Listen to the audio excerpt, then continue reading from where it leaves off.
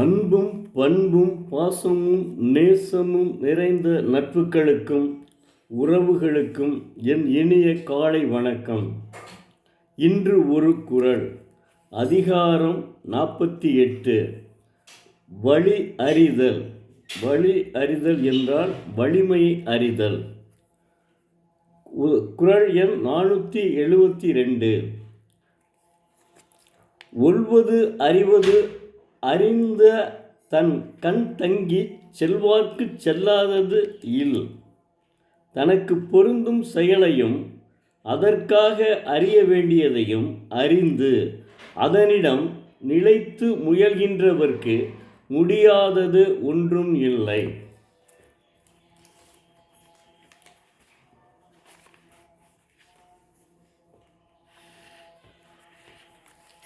தெய்வப்புலவர் திருவள்ளுவர் தண்ணீர்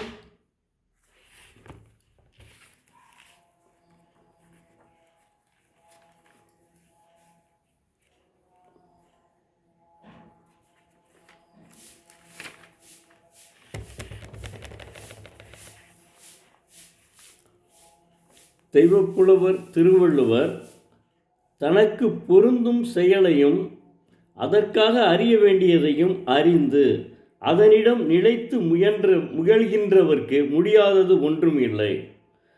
உதாரணத்திற்கு என்னையே எடுத்துக்கொள்கிறேன். காரணம், நான்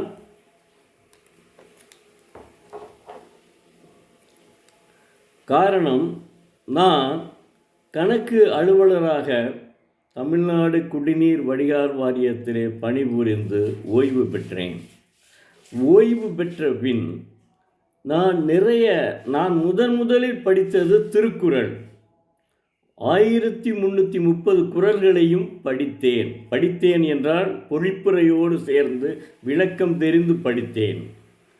அதற்கு பின் இப்படி ஒரு நூல் வள்ளுவர் எழுதியிருக்கிறார் என்பது அப்போதுதான் தெரிகிறது. அதற்கு முன் மனப்பாடம் செய்து படித்தது. அதற்கு பிறகு என்ன செய்தேன் என்றால், பல தமிழறிஞர்கள் எழுதிய புத்தகத்தை படித்தேன். அந்த புத்தகங்களை வாசித்ததனால்தான் எனக்கும் எழுத வேண்டும் என்ற ஒரு எண்ணம் ஏற்பட்டது. ஏன்னா அது நமக்கு பொருந்தக்கூடிய ஒரு செயல், அதனில் ஈடுபடுவோம் என்று தெய்வப்புலவர் சொல்லியிருக்கிறாரு. அதனால் நம்ம அதில் ஈடுபடுவோம் என்று ஒரு கட்டுரை எழுதி, மது சம்பந்தமான கட்டுரை, எல்லாவற்றிற்கும் மூல காரணம் மதுதான் என்ற ஒரு கட்டுரை எழுதி அனுப்பி வைத்தேன் நாளிதழுக்கு. 15 நாட்களுக்குள் அந்த கட்டுரை வெளிவந்தது. உடனே எனக்கு என்னென்னா, இன்னும் ஒரு 4-5 கட்டுரைகள் எழுதுவோம் என்று எண்ணி அதனையும் சேர்ந்து அனுப்பி வைத்தேன். ஆனால் அந்த 4-5 கட்டுரைகளும் வரவே இல்லை.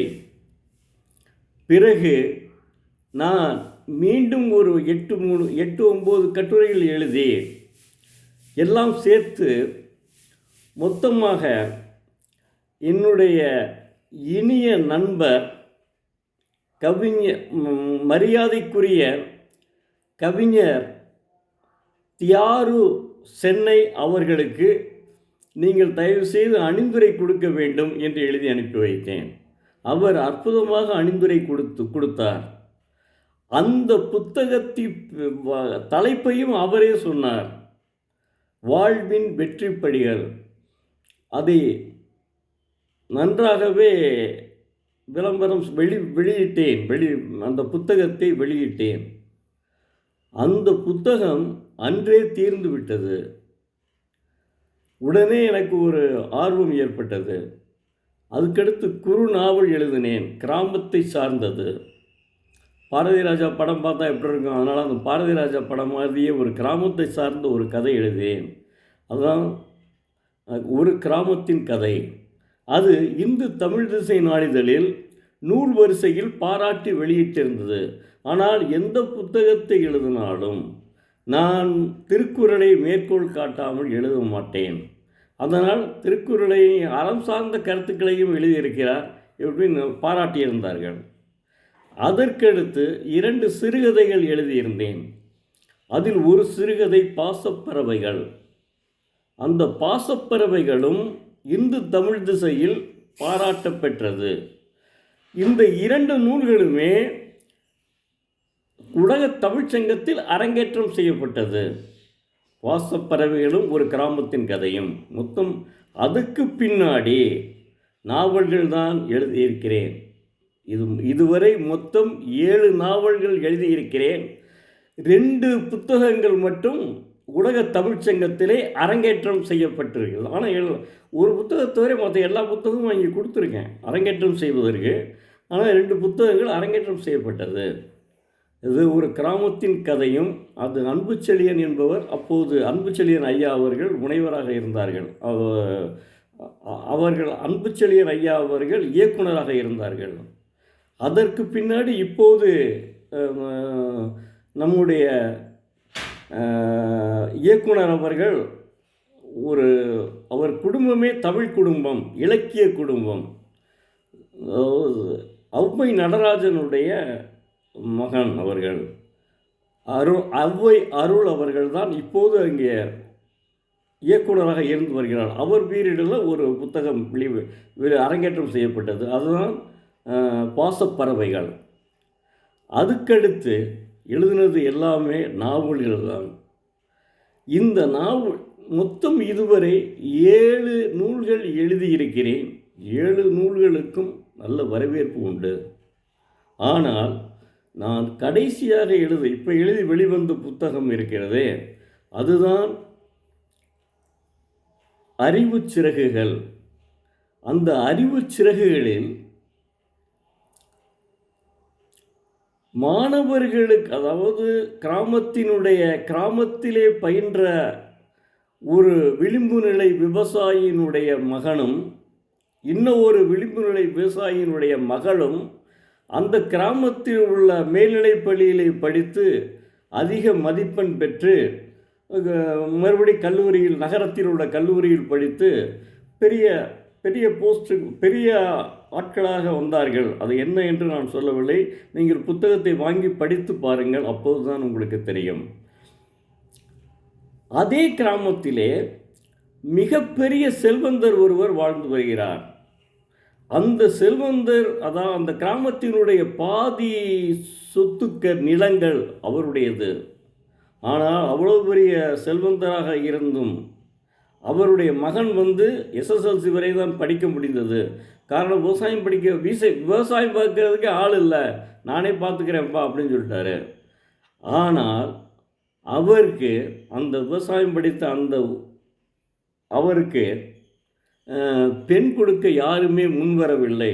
அதுதான் கேடில் விழிச்செல்வம் கல்வி ஒருவர்க்கு மாடல்ல மற்றையவை. சாதாரண விளிம்பு நிலை விவசாயியினுடைய மகனும் மகளும் மிகப்பெரிய நிலைக்கு வந்துவிட்டார்கள்.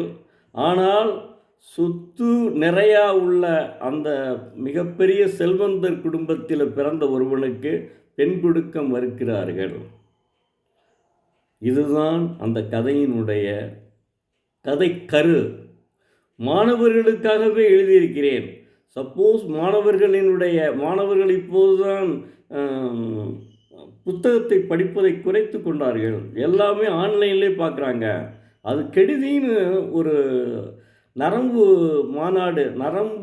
மருத்துவர்கள் கருத்தரங்கில் பேசியிருக்கிறார்கள்.